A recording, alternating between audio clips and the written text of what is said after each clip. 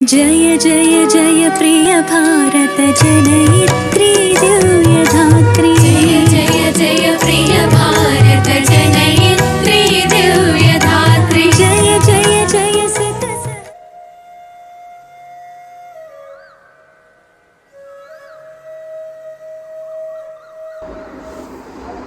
శ్రీ భారత్ వీక్షకులందరికీ శుభాకాంక్షలు, నమస్కారాలు. ఏటా వచ్చినట్టుగానే మళ్ళీ శ్రావణ మాసం వచ్చింది. రేపటి నుంచి ప్రారంభం కాబోతున్నది. వర్ష ఋతువు ప్రారంభమవుతుంది శ్రావణ మాసం వచ్చేటప్పటికి. ఈ సంవత్సరం ముందే మొదలైంది అనుకోండి.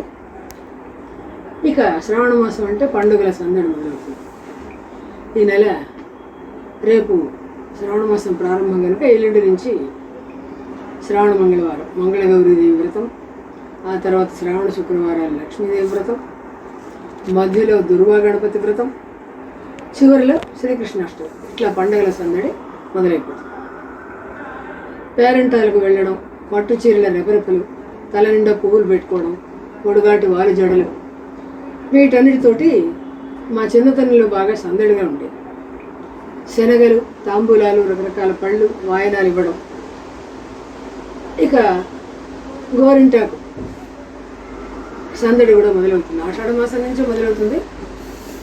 చేతులకు ఎర్రగా పండే గోరింటాకు పెట్టుకుని ఆ గోరింటాకు పెట్టుకున్న అందమైన చేతులతోటి వాయనాలు కూడా చాలా అందంగా ఉంటుంది.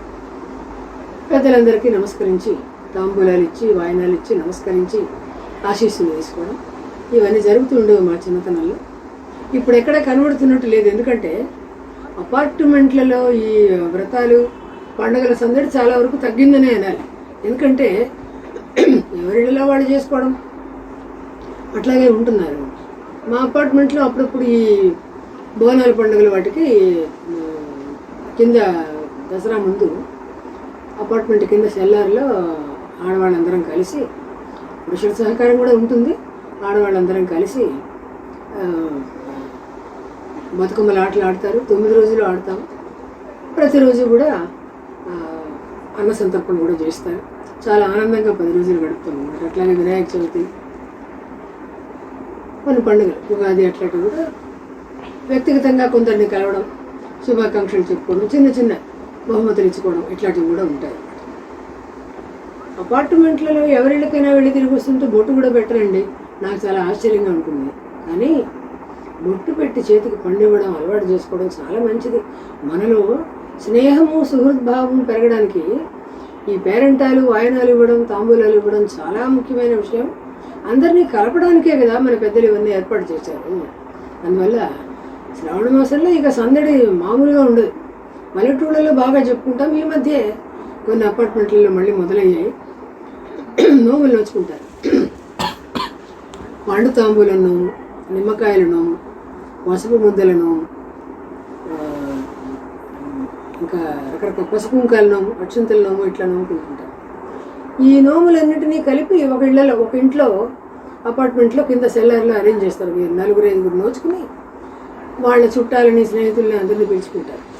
అట్లా వెళితే అక్కడ ఒక 50 మంది కూడతారు. అందరికీ తాంబూలాలు ఇస్తారు. చాలా సరదాగా ఉంటుంది అంతా చూద్దాం. ఇటీవల నేను ఒక చోటుకు వెళ్ళాను కాబట్టి ఈ సంబరం కూడా తెలిసింది.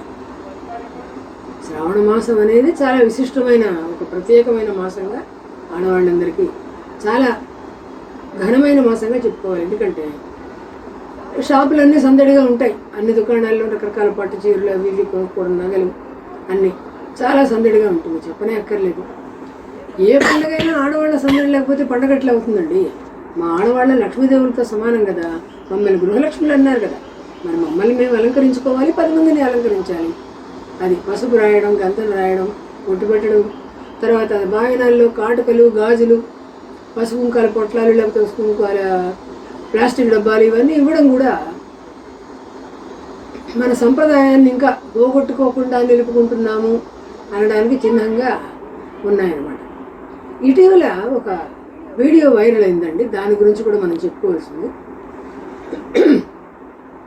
పేరంటం జరుగుతుందమ్మా మా ఇంట్లో, నేను ఒక పెద్ద ఆఫీసర్ గారి భార్యను అని చెప్పి చక్కగా అలంకరించుకుని పట్టు చీర, మంచి నగలు, బాగా హుందాగా ఉన్న ఒక ఆవిడ వచ్చి పిలిచిందట. ఒక అపార్ట్మెంట్స్ గ్రూపుల్లో ఉన్న వాళ్ళ ఎవరినో ఒక 4-5 పేరెంటాల్లో ఆవిడని చూసి అందరూ బాగా తెలిసిన ఆవిడలే, ఇంటి వాళ్ళకి తెలిసిన ఆవిడ, ఇంకెవరికి తెలిసిన ఆవిడ అనుకున్నారు.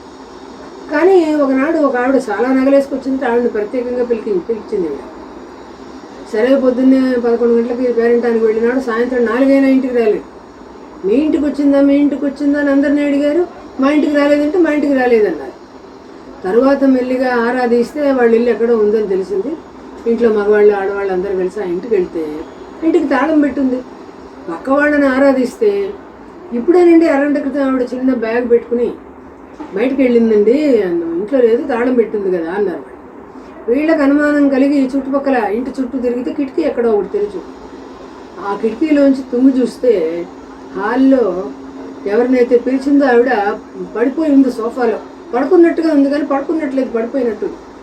వీళ్ళకి అనుమానం కలిగి పోలీసులకు ఫోన్ చేస్తే వాళ్ళు వచ్చి తలుపులు బద్దలు కొట్టారట. తలుపులు బద్దలు కొట్టి చూస్తే ఆవిడ మైకంలో ఉంది. అంటే ఆవిడకి ఏదో వెళ్ళగానే బూరెలు ఏవో పెట్టిందిట, మంచినీళ్ళు కూడా ఇచ్చింది, కూల్ డ్రింక్ మంచినీళ్ళు.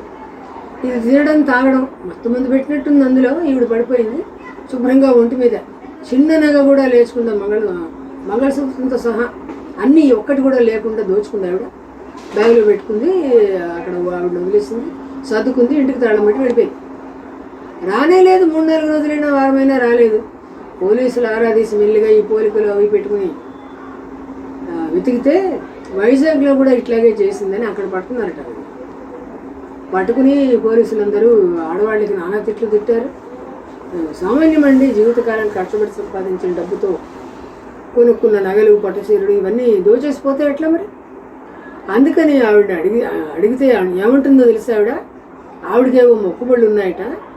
అందుకని దేశంలో అందరి ఇట్లా పేరెంటాలకు పిలిచి వాళ్ళ నగలన్నీ ఒలిచి దాంతో మొక్కుబడి తీసుకుంటానని దేవుడికి మొక్కుకుందిట.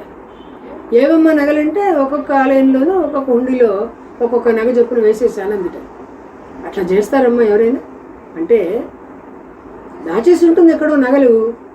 అయినా నాకు తెలియక అడుగుతాను, ఇతరుల నగలు దొంగతనం చేసి దేవుడు మొక్కుబడి తెలిస్తే దేవుడు ఆనందిస్తాడా, ఆశీర్వదిస్తాడా, అనుగ్రహిస్తాడా? ఏది జరగదని నా ఉద్దేశం. ఎందుకంటే మనం కష్టపడి ధర్మ మార్గంలో సంపాదించిన డబ్బుతో ఏదన్నా చేస్తేనే మనకు ఫలితం దక్కేది. ఇట్లా కూడా దొంగతనాలు తయారై ఉన్నాయి. కాబట్టి మహిళలారా, శ్రావణ మాసం పేరంటాళ్ళలారా, మీ అందరికీ సవనీయంగా మనవి చేసుకుంటున్నాను.